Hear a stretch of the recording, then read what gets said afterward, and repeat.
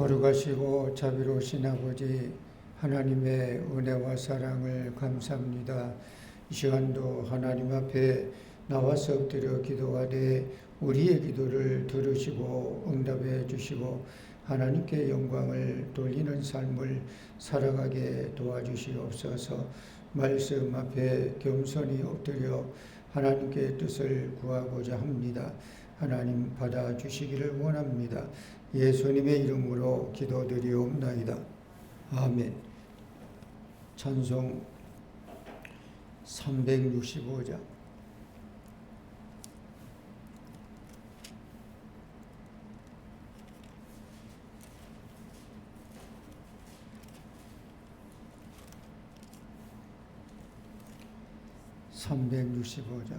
마음속에 근심 있는 사람 저 예수 앞에 다래요라. 슬픈 마음 있을 때라도 저 예수께 아뢰라. 저 예수 앞에 다래요라. 저리의 친구니 무엇이나 근심하지 말고 저 예수께 아뢰라. 눈물나며 깊은 한숨 쉴 때 저 예수 앞에 다래요라.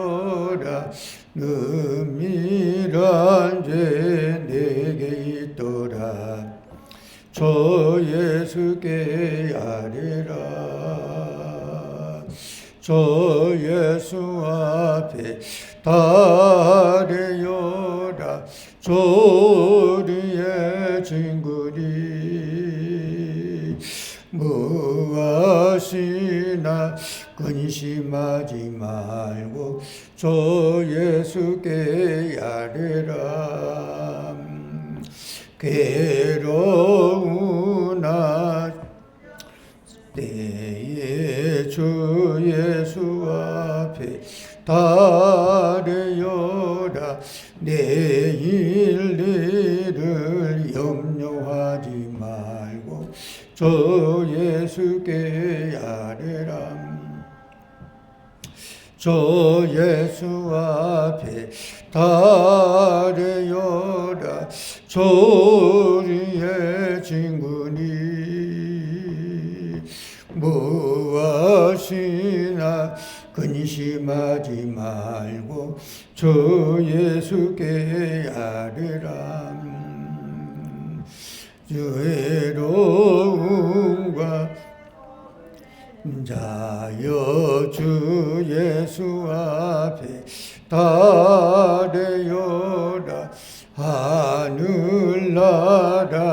바라보는 자여 저 예수께 아뢰라. 저 예수 앞에 다래요라. 저리의 친구니 무엇이나 근심하지 말고 저 예수께 아뢰라. 아멘. 찬송 446장.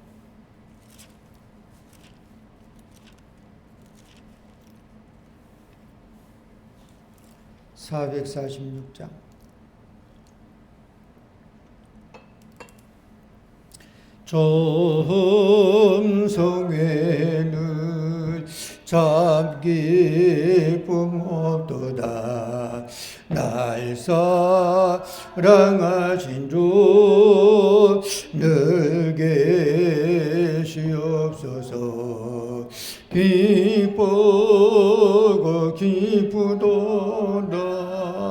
항상 기쁘도다.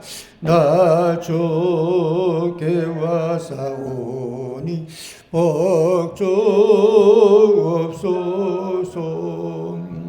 나 좋게 왔으니 복 주시옵소서. 저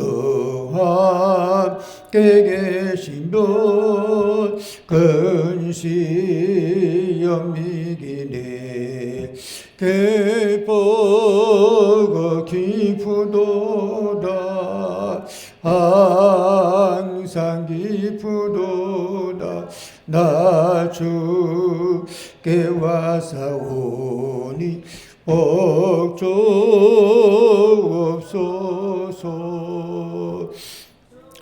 떠나가시면 내 생명 못되네.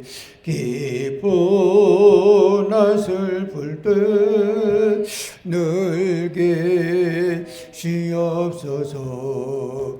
기쁘고 기쁘도 항상 기쁘도다. 나 좋게 와사오니 복 주옵소서. 아멘. 사절 안 불렀나요? 사절 한 번 더 부르겠습니다. 사절. 그 귀한 언약은 이루어 주시고 주명령 따를 때 늘 계시옵소서. 기쁘고 기쁘도다. 항상 기쁘도 나 주께 와사오니 복 주옵소서. 아멘. 우리 함께 합심해서 기도합니다. 오늘도 피곤한 무거운 몸을 이끌고 주님 앞에 나와서 기도하는 우리를 주께서 불쌍히 여겨주시고 하늘의 문을 활짝 열고 성령과 더불어 하나님께 기도하는 은혜가 넘치는 시간이 되게 해달라고 하나님 앞에 간구하며 기도하되, 이 시간도 말씀을 앞에 두고 우리가 은혜 받고 깨달은 바대로 삶을 살아갈 수 있도록 성령으로 충만하게 덧입을 수 있도록 하나님 붙잡아 달라고 여러분 기도하는 제목을 놓고 함께 기도합니다. 할렐루야. 하나님의 은혜와 사랑을 감사합니다. 아버지 하나님이여, 우리의 육신적으로 아버지 피곤하고 지친 몸을 이끌고 주님 앞에 나와서 엎드려 기도할 때 아버지 하늘의 문을 활짝 열고 응답하여 주시고 역사하여 주시고 축복하여 주시기를 간절히 원합니다. 특별히 아버지 하나님 말씀 앞에 겸손히 엎드려 아버지의 뜻을 이루갈 수 있는 자가 우리 아버지 되게 도와주시옵기만을 원합니다. 아버지 하나님이여, 저들의 모든 기도하는 바가 아버지 하나님 앞에 응답되고 상달되는 기도가 아버지 하나님 되게 하여 주시옵기만을 간절히 바라고 원하오며, 특별히 아버지 하나님이여, 모든 형편과 처지를 주님께서 하시고 합력하여 선을 이루게 우리 아버지 도와주시고 인도해 주시옵기만을 원합니다. 아버지 하나님, 기도가 답인데 우리가 답을 알고 있으면서도 기도에 아버지 하나님이여 등한히 할 때가 많습니다. 이 시간도 아버지 하나님 앞에 나와 기도할 때 아버지 하나님 응답받는 기도가, 상달되는 기도가, 하나님 앞에 영광 돌리는 기도가 아버지 되게 하여 주시옵기만을 간절히 바라고 원합니다. 아버지 하나님이여, 우리 모든 기도하는 바를 주께서 아시고 보시고 들으시고 채워주시고 응답해 주시길 원합니다. 성도들의 기도에 아버지 눈물을 기억하여 주시고 성도들의 기도가 아버지 하나님 앞에 상달될 수 있도록 응답될 수 있도록 하나님 붙잡아 주시고 인도하여 주시옵기만을 간절히 원합니다. 거룩하시고 자비로우신 아버지 하나님의 은혜와 사랑을 감사합니다. 아버지 앞에 엎드려 기도하는 우리 기도가 땅에 떨어지지 말고 열매 맺고 응답되게 하여 주시옵소서. 예수 그리스도의 이름으로 기도드리옵나이다. 아멘. 성경 말씀 사무엘상 2장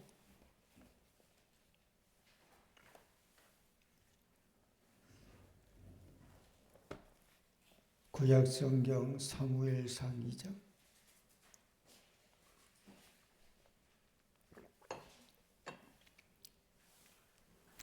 한나가 기도하여 이르되 내 마음이 여호와로 말미암아 즐거워하며 내 뿔이 여호와로 말미암아 높아졌으며 내 입이 내 원수들을 향하여 크게 열렸으니 이는 내가 주의 구원으로 말미암아 기뻐함이니이다. 여호와와 같이 거룩하신 이가 없으시니 있는 주밖에 다른 이가 없고 우리 하나님 같은 하나도 없으시니이다. 심히 교만한 말을 다시 하지 말 것이며 오만한 말을 너희 입에서 내지 말지어다. 여호와는 지식의 하나님이시라 행동을 달아 보시느니라. 용사의 발은 꺾이고 넘어진 자는 힘으로 띠를 띠로다. 풍족하던 자들은 양식을 위하여 품을 팔고 줄이던 자들은 다시 줄이지 아니하도다. 전에 임신하지 못하던 자는 7을 낳았고 많은 자녀를 둔 자는 쇠약하도다. 여호와는 죽이기도 하시고 살리기도 하시며 소홀에 내기도 하시고 거기에서 올리기도 하시는도다. 여호와는 가난하게도 하시고 부하게도 하시며 낮추기도 하시고 높이기도 하시는도다. 가난한 자를 진투에서 이루시며 빈곤한 자를 거두더미에서 내사 귀족들과 함께 하시며 영광의 자리를 차지하게 하시는도다. 땅의 기둥들은 여호와의 것이라. 여호와께서 세대를 이것들 위에 세우셨도다. 그가 그의 거룩한 자들의 발을 지키실 것이요 악인들을 흑암 중에서 잠잠하게 하시리니 힘으로는 이길 사람이 없음이로다. 여호와를 대적하는 자는 산산이 기어들 것이라. 하늘에서 의로 그들을 치시리로다. 여호와께서 땅끝까지 심판을 내리시고 자기 왕에게 힘을 주시며 자기의 기름 부음을 받은 자의 뿔을 높이시리로다 하니라. 엘가나는 라마의 자기 집으로 돌아가고 그 아이는 제사장 엘리 앞에서 여호와를 섬기니라.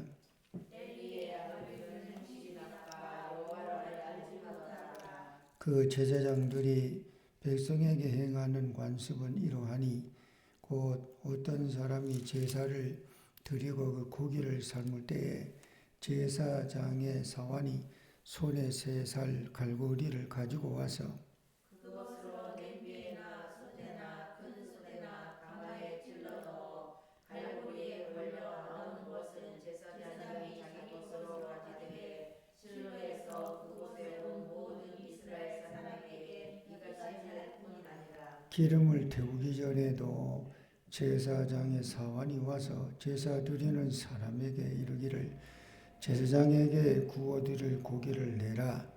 그가 내게 삶은 고기를 원하지 아니하고 날 것을 원하신다 하다가 그 사람이 이르기를 반드시 먼저 기름을 태운 후에 내 마음의 원대로 하리라 하면 그가 말하기를 아니라 지금 내게 내라. 그렇지 않으면 내가 억지로 빼앗으리라 하였으니 이 소년들의 죄가 여호와 앞에 심히 금은 그들이 여호와의 제사를 멸시함이었더라. 사무엘은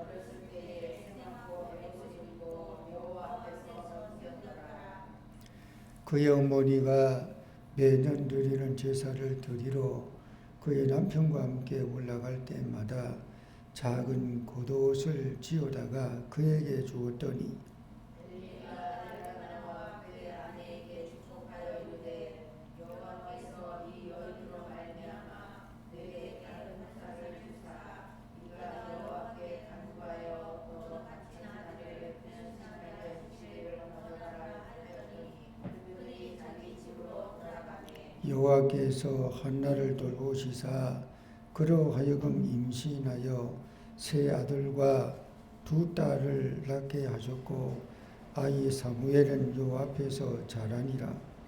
내가 마음이 늙었더니 그의 아들들이 온 이스라엘에게 행한 모든 일과 백방문에서 수종드는 여인들과 불순하였음을 듣고 그들에게 이르되 너희가 어찌하여 이런 일을 하느냐 내가 너희 악행을 이 모든 백성에게서 듣노라.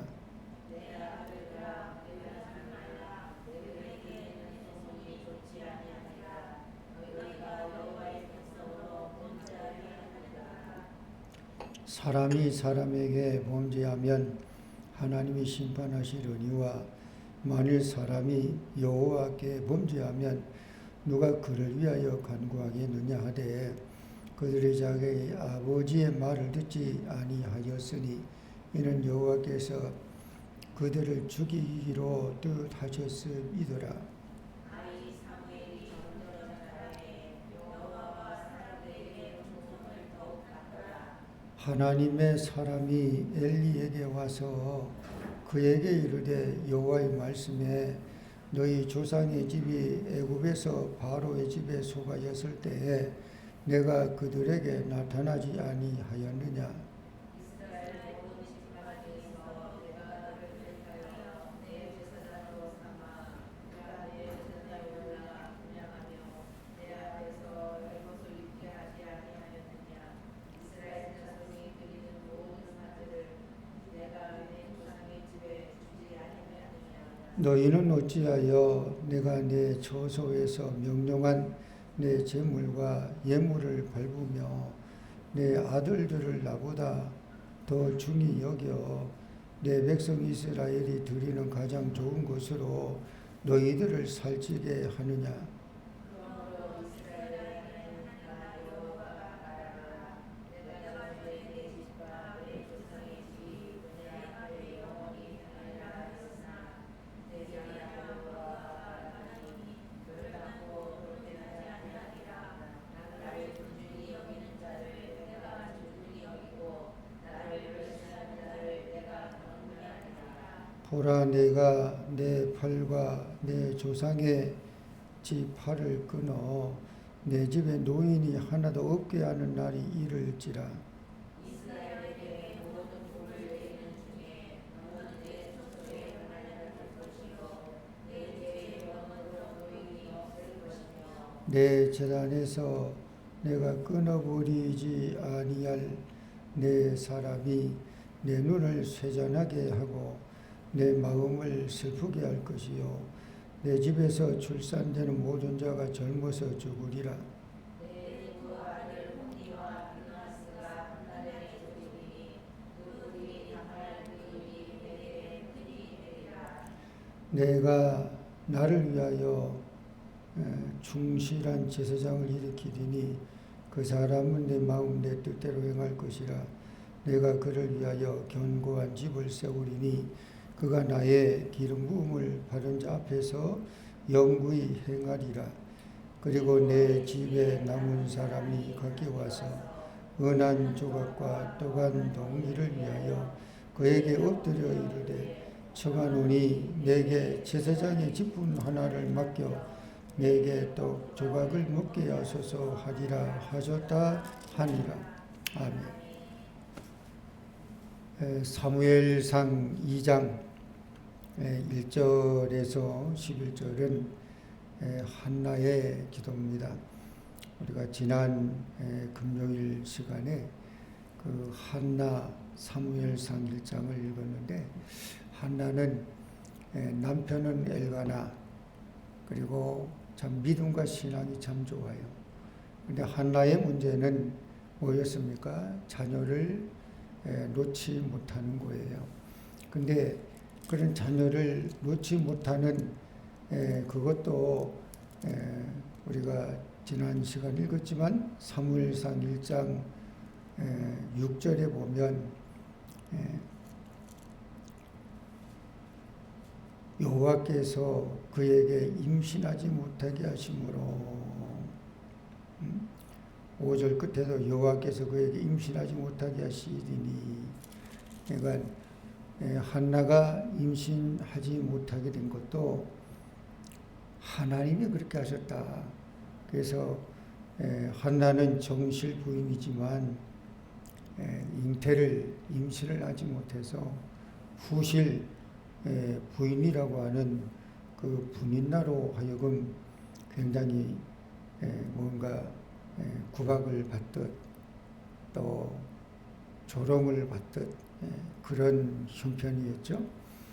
그래서 실로에 있는 여호와의 집에 올라가서 하나님 앞에 통곡하며 울면서 기도하고 또 엘리 제사장이 뭐 술 취한 것처럼 착각을 일으킬 만큼 그냥 소리 발성 없이 입술만 실룩실룩하는 그런 무언의 기도하듯 그런 기도를 합니다. 그랬을 때 하나님으로부터 응답을 받습니다. 그 응답이 뭡니까? 엘리 제사장이 하나님이 너의 기도를 들어주실 줄 내가 믿는다. 그러니까 그 소리를 듣자마자 이 한나가 뭐라고 어떤 행동을 취합니까? 다시는 얼굴에 근심빛이 없고 그 자리에서 벌떡 일어나서 집으로 가요. 아직 임신, 잉태한 것도 아니에요. 근데 그 말씀을 믿고 간 그 인물이 누구라 그랬습니까? 한나. 그래서 한나에게 이제 하나님께서 축복해 주셔서 아들을 낳게 됩니다. 그 아들이 누굽니까? 그가 사무엘입니다. 이제 하나님이 사무엘을 주시기 전에 한나가 소원을 합니다. 그 소원이 뭐예요?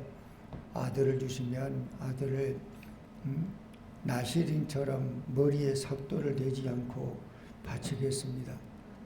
그게 이제 1장의 내용이에요. 2장으로 넘어오면 이제 한나의 신앙이, 한나의 믿음이, 한나라고 하는 사람이 어떤 사람인가 라고 하는 것이 구체적으로 나와요. 그래서 2장 1절에서 11절까지가 한나의 기도입니다. 한나의 기도는 한나의 신앙 고백이에요. 한나의 기도는 한나가 믿음과 신앙이 어떤지를 우리에게 보여주는 신앙의 현주소이기도 합니다. 자, 1절, 2절 같이 한번 읽어봅니다. 한나가 기도하여 이르되 내 마음이 여호와로 말미암아 즐거워하며 내 뿔이 여호와로 말미암아 높아졌으며 내 입이 내 원수들을 향하여 크게 열렸으니 이는 내가 주의 구원으로 말미암아 기뻐함이니이다. 여호와와 같이 거룩하신 이가 없으시니 이는 주밖에 다른 이가 없고 우리 하나님 같은 반석도 없으심이니이다. 아멘. 신앙은 확실하게 또 분명하고 중요한 것이 있다 그러면 내가 믿는 하나님이 나는 어떤 하나님으로 믿느냐는 거예요. 어떤 사람은 하나님을 죽은 하나님으로 믿어요. 어떤 사람은 하나님을 변하는 하나님으로 믿는 사람도 있어요. 근데 한나의 하나님에 대한 믿음과 고백은 그렇지를 않습니다. 뭐라고 합니까? 나는 내가 기뻐하고 내가 좋아하는 근거와 이유는 다른 것 때문에 그거 아니다. 오직 여호와로 말미암아 즐거워하고 여호와로 말미암아 나는 기뻐하다. 그러니까 이 이야기는 우리에게 이런 질문을 합니다. 나에게 기쁨은 무엇으로 말미암은 기쁨이고 즐거움이냐? 우리가 뭐 즐거워하고 기뻐하는 요소가 천만 있어요. 뭐 무엇이 높아지고 올라가고 얻어지고 그렇게 되게 되면 기쁘고 좋아하겠죠. 근데 그런 것보다 한나는 여호와로 말미암아, 하나님으로 말미암아, 이게 기쁨과 즐거움을 가져다 주는 소스라는 거예요. 근거라는 거예요. 어떤 무엇 때문에 내가 좋아하고 살편나고 그래도 괜찮구나, 이런 고백을, 이런 이야기를 할 수 있는 게 뭐냐는 거예요. 한나는 그게 하나님으로 말미암아 라는 거예요. 그리고 한나가 또 뭐라고 합니까? 하나님 같은 분이 없다. 세상에 주밖에 다른 이가 어딨냐? 우리 하나님 같은 반석이 되시는 분이 누가 있냐? 하나님 같은 거룩하신 분도 없다. 그래서 한나는 이게 확고했어요. 내가 믿는 하나님이 누구냐? 내가 믿는 하나님은 어떤 분이냐? 이것이 한나에게는 굉장히 중요합니다. 그러면서 아주 구체적인 말씀이 나오는 것이 우리가 6절에서 아예 우리 10절 6절에서 10절까지 읽어봅니다. 여호와는 주기도 하시고 살리기도 하시며 수월에 내리기도 하시고 거기에서 올리기도 하시는도다. 여호와는 가난하게도 하시고 부하게도 하시며 낮추기도 하시고 높이기도 하시는도다. 가난한 자를 진토에서 일으키시며 빈궁한 자를 거름덩이에서 올리사 귀족들과 함께 앉게 하시며 영광의 자리를 차지하게 하시는도다. 땅의 기둥들은 여호와의 것이라. 여호와께서 세계를 그것들 위에 세우셨도다. 그가 그의 거룩한 자들의 발을 지키실 것이요 악인들을 흑암 중에서 잠잠하게 하시리니 힘으로는 이길 사람이 없음이로다. 여호와를 대적하는 자는 산산이 깨어질 것이라. 하늘에서 우레로 그들을 치시리로다. 여호와께서 땅 끝까지 심판을 내리시고 자기 왕에게 힘을 주시며 자기의 기름 부음을 받은 자의 뿔을 높이시리로다 하니라. 아멘.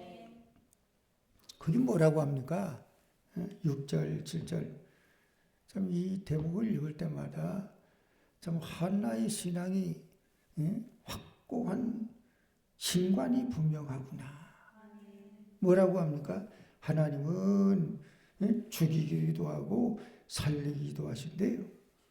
우리 그래서 그런 말, 옛글에도 그런 말이 있어요. 인명은 뭐라고요? 제천이라. 제천이 있을 자의 하늘천이에요. 하늘에 있다는 거예요. 그 하늘이 뭐예요? 그것이 오늘 우리가 말하면 하나님 아니에요. 그러니까 종교, 기독교하고 전혀 무관한 옛날 우리 조상들, 그 어른들, 그런 사람들이 살 때도 아니 인명은 제천이다. 사람, 인명, 사람 인자의 목숨명, 사람의 목숨이 하늘에 달렸다. 하늘에 있다. 그러니까 뭐 어떻게 그걸 어떻게 벗어납니까? 내가 용을 쓴다고 해서 못합니까? 전혀. 그건 내 문제가 아니에요. 내 소관이 아니에요. 하나님의 소관이에요. 그래서 여호와는 죽이기도 하고 살리기도 하고 또 수월에 내리기도 하고 거기에서 올리기도 하고 그리고 또 뭐라고 합니까? 7절에 보니까 여호와는 가난하게도 하고 부하게도 하고 낮추기도 하고 높이기도 하시는도다. 그러니까 우리가 좀 확실하게 좀 짚고 분명하게 기억해야 되고 할 것은 뭐냐 그러면 이 부라고 하는 것도요. 신명기서에 보면 이런 말씀을 합니다. 하나님이 재물 얻을 만한 능을 우리에게 주셔야지만 재물이 얻어진대요. 아니, 누구나 다 그런 걸 바라는 거잖아요. 그거 뭐 싫어할 사람이 어디 있어요? 근데 원한다고 해서 다 얻어지느냐는 거예요. 원한다고 해서 다 이루어지는 거예요? 아니잖아요. 그러니까 재물 얻을 만한 그 능이 능력을, 재물 얻을 만한 힘을, 재물 얻을 만한 능력을 하나님이 그에게 주셨기에 이만큼이라도 얻어지고 축적되고 그리고 그렇게 누리게 된다는 거 아니에요. 그래서 하나님이 뭐라는 거예요? 예? 부하게도 하시고 가난하게도 하신다는 거예요.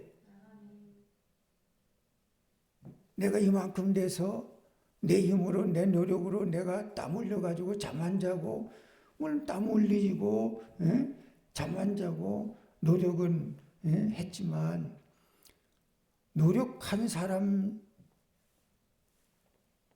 있다고 해서 다 그러면 그렇게 얻어지는 거냐? 아니잖아요.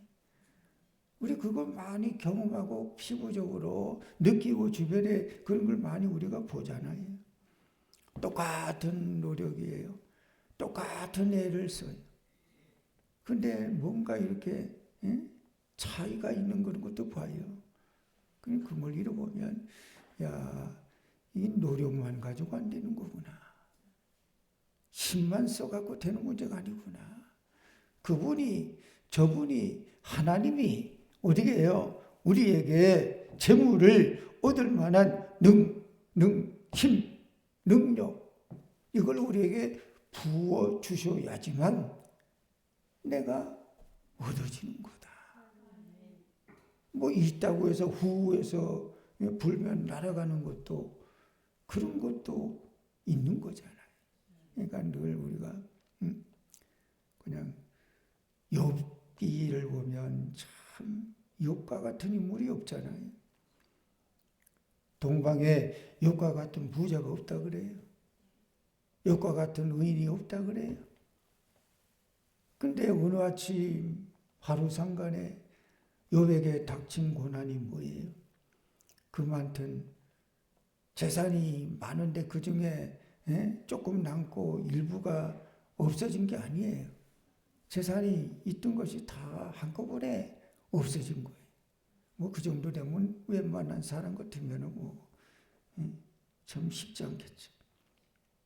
그것만 있는 게 아니잖아요. 아니 10자녀가 한꺼번에 또 어떻게 몰살을 하듯이 또 죽어요. 거기다가 몸에 이 피부 병이 생겨가지고 그 가려우니까 가려운 데를 긁고 이 참 가려움증 때문에 밤에 잠잘 때 잠 못 자고 또 가려운 부분을 가만히 있지 못하고 자연히 손이 가서 긁고 그러면 나중에 피가 나고 상처가 나고 그 삶의 질이 떨어지고 근데 그런 걸 이렇게 경험해 보면 욥이 겪는 고난은 이거 보통 아니구나. 육신적인 것 거기다가 물질적인 것 그거 중에서도 가장 힘든 게 뭐예요? 자식을 잃어버리는 거예요. 하나도 아니에요. 열이나. 그러니까 주변에서 별소리 다 할 거 아니겠어요? 꼴 좋다. 하나님 믿는다고 하면서 뭐 그게 뭐냐? 심지어는 욥의 아내도 그런 말을 하여. 근데 욥은 잘 견디고 감당해 나가요. 그 욥기를 읽다가 보면 이런 생각을 해요. 욥이라고 하는 사람 인물은 멘탈이 강하구나. 보통 멘탈이 아니구나. 웬만한 사람 같으면 그런 상황 같은 멘탈이 무너져 가지고요 아무것도 못할 거예요. 근데 욥은요, 그런 가운데서도 믿음으로, 신앙으로 하나님의 욥기서의 요지, 욥기서의 중심 메시지는 한 줄로 정의하면 이겁니다. 하나님의 주권이에요. 하나님은 이렇게도 하시고 저렇게도 하실 수 있는 분이다. 이게 욥이 보는 하나님 신관입니다. 근데 여기 뭐예요? 욥이 이렇게 말해요. 주신 분도 하나님, 거두신 분도 하나님. 그러기에 나는 입으로 내가 하나님을 원망하지 않고, 내가 낙심하지 않고, 내가 주를 붙들고 내가 끝까지 살아가 보리라. 욥의 친구들이 와요. 대화를 하는데 어떤 친구가 이런 말이에요. 그래, 하나님 믿어가지고 그래 결과가 이거냐? 꼴 좋다. 너가 이렇게 된 거는 너 뭐 이렇게 하나님께 뭐 잘못된 무엇이 있는 것 때문에 이런 결과가 나온 거 아니냐. 그렇게 친구가 와갖고 위로한다고 하는 찾아온 사람이 그런 얘기나 해 대니 그 얼마나 마음이 불편하고 죽을 맛이겠어요. 근데도 욥은요, 그 꾸준하게 끝까지 멘탈 무너지지 않고 끝까지 가더라고요. 근데요, 반전이 나오더라고요. 그 반전이 언제 나와요? 욥기서 전체가 42장이에요. 욥기서 1장에 완전히 무너졌어요. 그 2장부터는 계속해서 이제 친구들하고 대화하고 이런 것이 이제 몇 번 이렇게 반복되다가 마지막 욥기서 42장 10절에 이하에 이런 말씀이 나와요. 하나님이 욥을 지켜주시고 인도해 주셔서 갑절의 축복을 주셨대. 갑절은 뭐예요? 2배라는 거잖아요. 그래서 여러분 성경을 자세히 봐보세요. 욥이 처음에 동방의 부자라고 했을 때에 그거하고 나중에 하나님이 갑절의 복을 주셨을 때하고 딱 2배더라. 가축의 수도 2배. 그러니까 하나님은 얼마든지 주시기도 하고 갑절의 복도 주시기도 하고 복구도 시켜줄 수 있기도 하고 그게 욥이 믿는 하나님이에요. 그런데 욥이 믿는 하나님이 오늘 한나가 믿는 하나님하고도 같아요. 그렇잖아요. 욥이 믿는 하나님 따로 한나가 믿는 하나님이 따로가 되면 안 되지요. 왜? 하나님은 같아야 되잖아요. 그래서 한나가 믿는 하나님도 하나님은 죽이기도 하고 살리기도 하고 수월에 내리기도 하고 거기도 올리기도 하고 하나님은 가난하게도 하고 부하기도 하고 낮추기도 하고 높이기도 하시는도다 그래요. 그러면 욥이 믿는 하나님, 한나가 믿는 하나님, 그게 같은 하나님이에요. 그러면요, 저와 여러분이 믿는 하나님은 어떤 하나님인 거예요? 죽은 하나님이에요? 아니에요. 한나가 고백했던 하나님이요, 욥이 고백했던 하나님이 오늘 저와 여러분이 믿고 고백하는 하나님이 되는 거예요. 하나님이 되는 거예요. 그러니까 우리가 늘 기억해야 될 것은 하나님은 죽은 하나님이 아니에요. 이제 신학이라고 하는 게 약간 보수적 신앙도 있지만은요, 리버럴한 자유주의 신학이라고 하는 그런 장르도 있어요. 그 리버럴한 자유주의 신학에 보면 한때 그런 신학이 있었던 때가 있었어요. 뭐냐 그러면 하나님이 죽으신 신이 뭐 어떤 철학자 중에는 특별히 그런 철학자도 있어요. 신은 죽었다. 하나님이 살아계시다 그러면 이렇게 가만히 있을 수 있냐?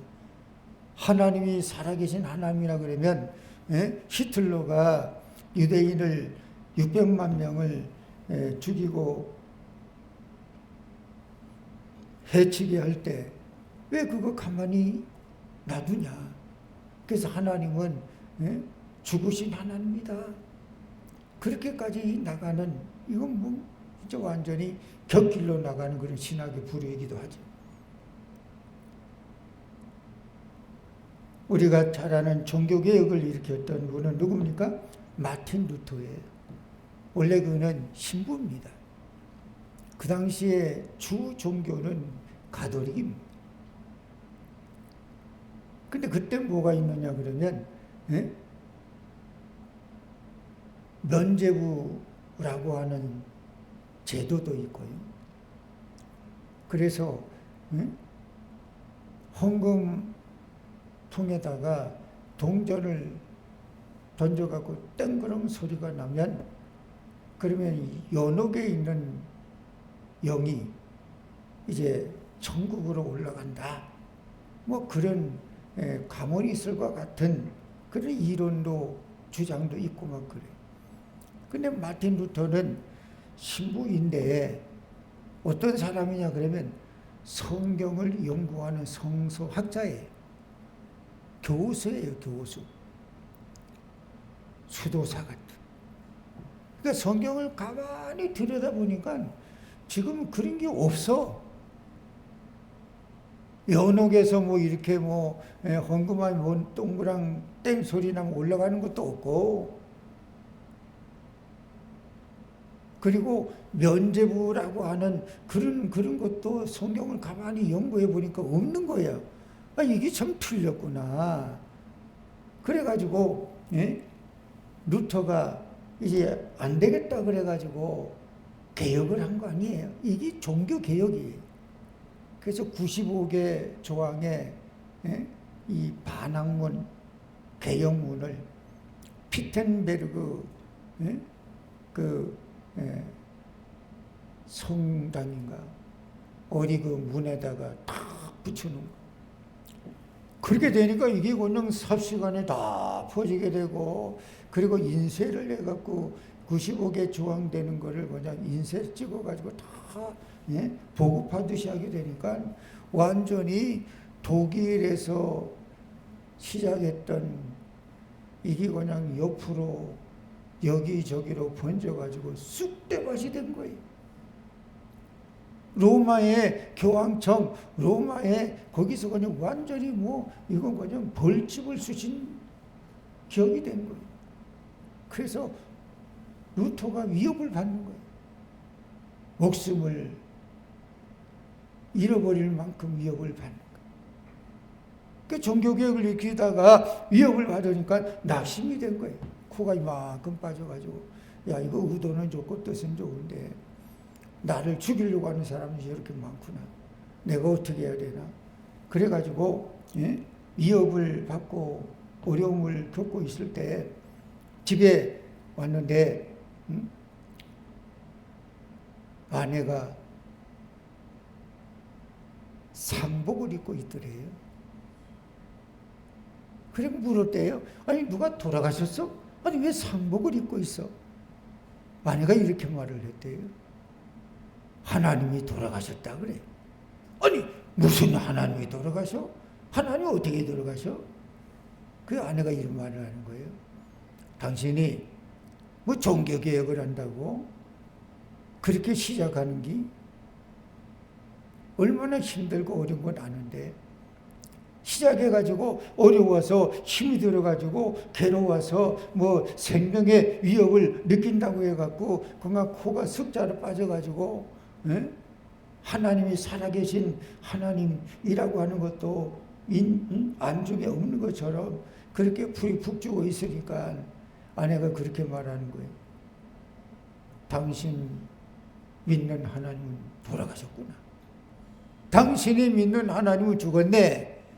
그렇지 않고는 왜 당신이 그래? 그래서 상복을 입었다는 거 아니에요? 그 마틴 루터가 정신을 바짝 들게 된 거예요. 아, 참, 그렇지. 내가 믿는 하나님이 죽은 하나님이 아니지. 내가 믿는 하나님이 죽으신 분이 아닌데 내가 왜 이러지?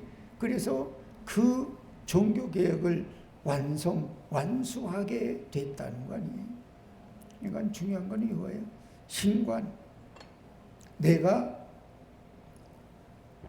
믿는 하나님이 어떤 하나님이냐는 거예요. 욥이 믿는 하나님, 한나가 고백했던 하나님이, 고목사가 믿는 하나님이고, 우리 여러분들이 믿는 하나님이고, 이게 돼야 되잖아요. 신관.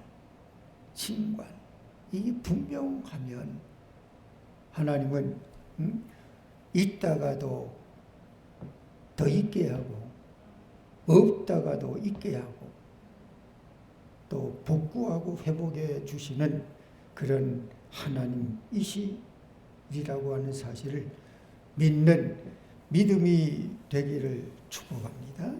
그 다음에 12절에서 17절은 엘리의 행실이 나쁜 아들들에 대한 말씀이 나와요. 자, 우리 12절, 13절, 그리고 17절 같이 한번 읽어봅니다. 12절, 엘리 아들들은 행실이 나빠 여호와를 알지 못하더라. 그 제사장들이 백성에게 행하는 관습은 이러하니 곧 어떤 사람이 제사를 드리고 그 고기를 삶을 때 제사장의 사환이 손에 3살 갈고리를 가지고 와서 그것으로 냄비에나 소대나 큰 소대나 가마에 찔러 넣어 갈고리를 걸려 나오는 것은 제사장이 자기 것으로 가지되 실로에서 그곳에 온 모든 이스라엘 사람에게 이같이 할 뿐 아니라. 지금 이게 누가 이런 짓거리 하는 거예요 지금? 아니 엘리 제사장의 아들들, 그 아들들 흠리와 비누와서 이 제사장이 그 아버지 제사장이 있고 아들 제사장들이 있는데 이 제사장 엘리 제사장의 아들들 제사장이 지금 이런 짓거리 하는 거예요.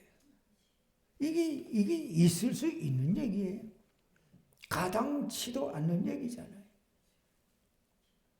아니 뭐 고기를 못 먹어서 뭐 발병이 났나? 아무리 그래도 그렇지 지켜야 될 것이 있고 선을 넘지 말아야 될 것이 있는데 이거는 아니잖아요. 그 뭐라고 합니까? 고기를 삶을 때 다시 말하면 제사를 드리기 위해서 제물을 가지고 이제 원래 그거는 피를 죽여서 피를 흘리고 그걸 태워가지고 그리고 이제 고기를 그 후에 이제 뭐 제사장이 또 목이 있다 그러면 그렇긴 하지만은 근데 제사를 드리기 위해서 가져온 고기를 삶을 때 제사장의 사환이 손에 3살 갈고리 이렇게 새 발로 된 그런 갈고리 있잖아요. 이런 걸 가지고 쿡 찔러 가지고 그냥 빼면은 집어 가지고 오는 것처럼 그걸 가지고요 냄비, 솥, 큰 솥, 가마 그 안에 너 있는 거를 그냥 쿡 찔러서 그거를 가지고 뭐라고 합니까? 제사장이 자기 목으로 자기 것으로 삼았다는 거예요. 그리고 여기서 한술 더 떠요. 뒤에 보니까 뭐라 그래요? 그것뿐 아니라 기름을 태우기 전에 제사장의 사환이 와가지고 제사 드리는 사람에게 이런 말을 하는 거예요. 제사장에게 구워 드릴 고기를 내라. 지금 구워서 이렇게 있는 것을 빼는 것이 앞부분인데 이건 구우기 전에 좀 날거잖아요. 날거는 뭐 생거. 이걸 내라는 거예요. 이런 생도둑이 어디 있어요? 이건 도둑질하는 거잖아요. 그러니까 하나님이 엘리 제사장의 그 아들, 두 아들 제사장들이라고 하는 그들의 하는 짓거리를 보니까 이 정도야. 17절에 뭐라고 합니까? 이 소년들의 죄가 여호와 앞에 심히 크면 그들이 여호와의 제사를 멸시함이었더라. 하나님의 제사를 멸시했다는 거예요. 하나님의 제사를 능멸했다는 거예요. 그것도 누가? 평범한 사람이 아니잖아요. 엘리 제사장의 아들들이라는 거예요. 알만한 사람이에요. 이렇게 하면 안 되는 것도 아는 사람이에요. 이건 선은 지켜야 되는데 그걸 몰라요. 그러니 하나님의 제사를 능멸하고 하나님의 제사를 경멸하고 멸시하는 자라고 한다면 이들의 결과는 불 보듯이 뻔할 거 아니겠어요? 그 결과는 뒤에 나오지만 18절에서 21절 보면 실로의 몸은 사무엘이 나와요. 자, 우리 21절 읽고 넘어갑니다. 21절 여호와께서 한나를 돌보시사 그로 하여금 임신하여 세 아들과 두 딸을 낳게 하셨고 아이 사무엘은 여호와 앞에서 자라니라. 아멘. 참 하나님이 한나를 돌봐주시니까 한나가 임신을 못해가지고 분인나라고 하는 후실 부인에게 얼마나 구박을 받아요. 눈치를 얼마나 또 받았어요. 하나님이 임신하지 못하게 하셨기 때문에 그랬는데 하나님이 이제 태의 문을 열고 축복을 해주시니까 첫 아들 사무엘을 얻음과 동시에 그 뒤에 뭐라고 합니까? 세 아들과 두 딸을 낳았다고 했어요. 얼마나 이게 뭐 전에는 임신, 잉태를 하지 못해서 자녀가 없는 것 때문에 이런저런 구박을 받고 이런저런 굉장히 마음이 불편하고 얼마나 심기가 불편하고 무거웠어요. 심지어는 성전에 올라가서 통곡을 할 정도였다 그러잖아요. 그런 한나가 언제 그런 일이 있었냐? 언제 그런 때가 있었을까? 라고 하는 게 좀 다 지나가고 지금은 사무엘은 하나님 제단에 바쳤고 세 아들과 두 딸을 하나님이 주셔서 아주 화목하고 행복하고 하나님의 축복을 누리고 받는 주인공이 되잖아요. 인생은요 언제 어떻게 되는지는 아무도 몰라요. 그러니까 내가 지금 뭐 이렇게 뭐 어느 정도 됐다고 해서 그거 가지고 됐네 하고 괜히 목에 힘주고 어깨에 힘주고 그럴 필요도 없고요. 하나님이 낮추실 때가 돼갖고 나로 하여금 낮추셔서 내가 좀 힘든 과정을 내가 거치고 지나가게 된다고 해도 그거 가지고 또 좌절하거나 낙심하거나 그럴 필요도 없고 모든 것은 한나도 보세요. 한나도 한때는 그랬지만 지금 오늘 21절의 한나의 모습은 전혀 다르잖아요. 그래서 뭐 우리 그런 말에 인생은 세옹지 마라. 사람이 삶을 살아가다 보면 세월이 변하고 달라지고 하는 거 보면 격세지감을 느낀다 그래요. 그러니까 인간은 인생은요 아무도 몰라요. 어떻게 어떤 상황에서 어떤 상황으로 달라질지 변해질지 아무도 몰라요. 그러니까 그런 마음을 우리가 가졌으면 좋겠어요. 다 좋은 것도 항상 좋은 것이 아니고 지나가는 거고 힘들고 어렵고 괴롭고 나쁘다라고 생각할 그런 무거운 것도요 다 지나가게 돼 있어요. 다 지나가요. 문제는 그거예요. 어떤 환경이나 어떤 여건 가운데 상황을 만날 때 내가 이거를 어떻게 대응해 나가고 대처해 나가는가, 이게 중요해요. 그래서 우리가 어려울 때는, 힘들 때는 욥을 벤치마킹 해야 돼요. 이와 같은 상황이라 그럼 욥이 어땠을까? 이와 같은 상황이라 그럼 욥은 어떻는가? 우리가 욥기를 쭉 읽어보면 위안이 되고 위로가 될 때도 있잖아요. 욥은 이랬는데 나는 이 정도는 아니네. 욥은 이런 상황인데도 이걸 잘 감당해 나가고 멘탈 무너지지 않고 마지막에 전화위 복이 돼서 2배의 갑절의 복을 받았네. 희망이 있네. 믿음으로 붙들고 나가야 되겠네. 이거 레슨 교훈 삼는 거예요. 이게 뭐예요? 벤치마킹이 뭐예요? 좋은 점만 이렇게 뽑아가지고 내 것으로 삼는 거예요. 욥에게 벤치마킹은 그런 거예요. 22절에서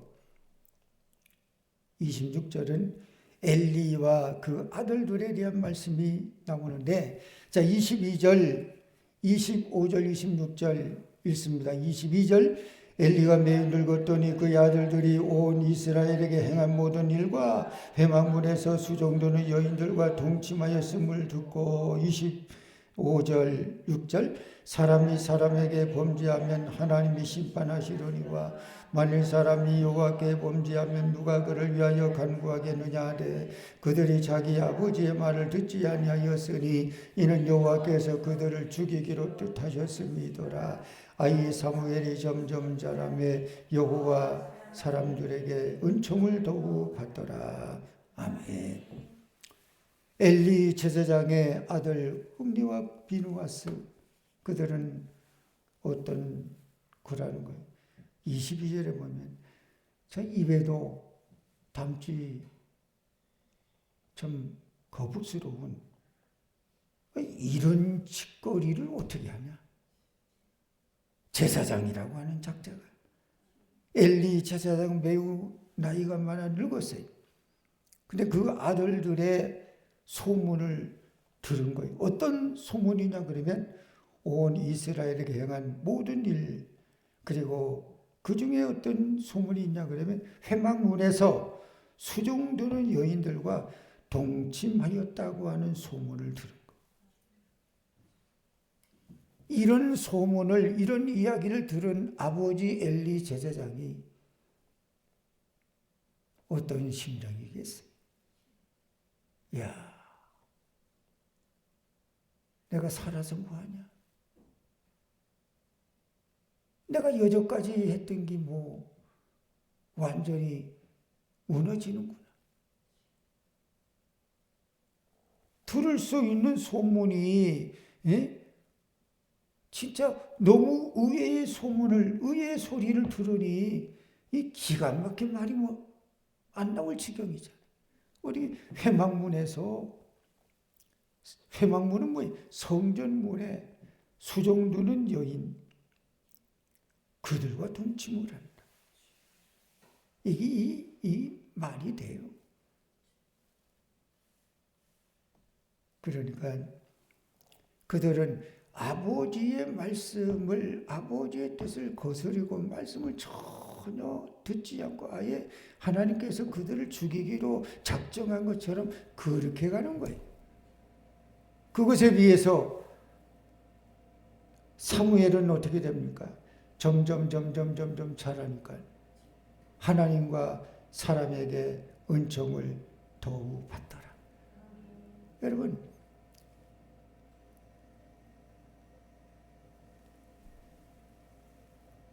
누가복음 2장인가요?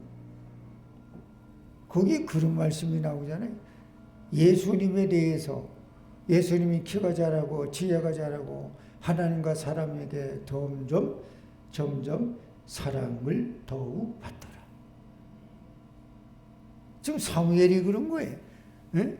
어릴 때부터 어머니가 성전에서 살게, 그리고 그렇게 맡기고, 그리고 이제 거기서 자라는데 키가 자라고 지혜가 자라고 하나님과 사람에게 칭찬 은총을 더욱 받더라. 너무 대조적인 엘리 제사장의 아들 흠니 비누아스, 한나의 아들 사무엘, 너무 대조적인 거예요. 자, 27절에서 마지막은 엘리 집에 내린 저주가 나옵니다.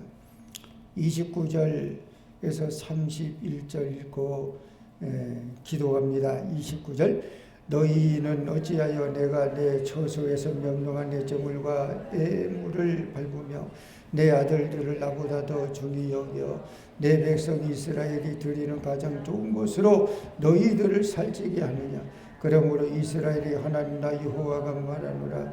내가 전에 내 집과 내 조상의 집이 내 앞에 영원히 행하리라 하였으나 이제 나 여호와가 말하노니 결단코 그렇게 하지 아니하리라. 나를 존중히 여기는 자를 내가 존중히 여기고 나를 멸시하는 자를 내가 경멸하리라.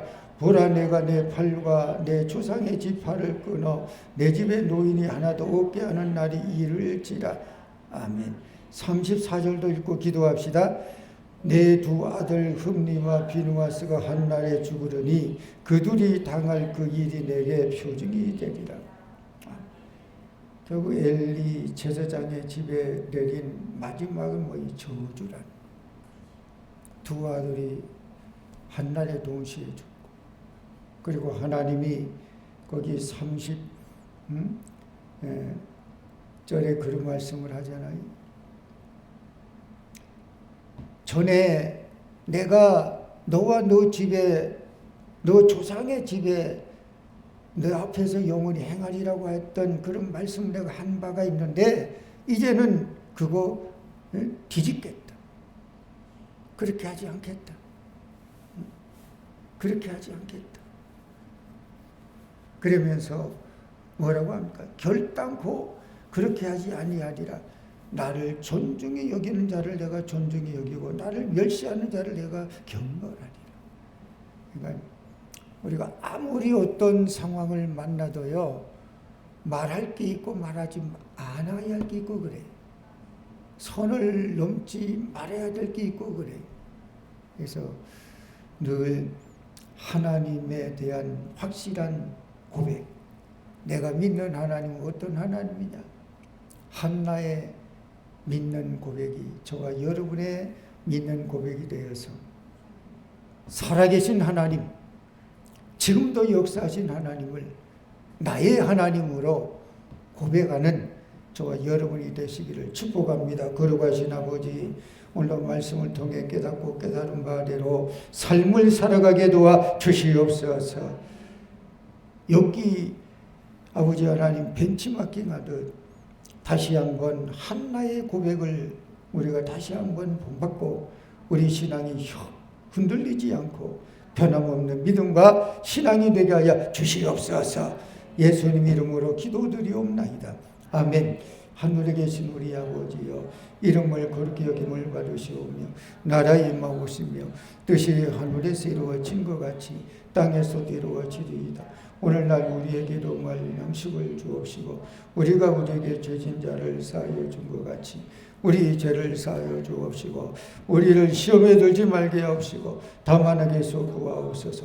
대개 나라와 권세와 영광이 아버지께 영원히 사옵나이다. 아멘.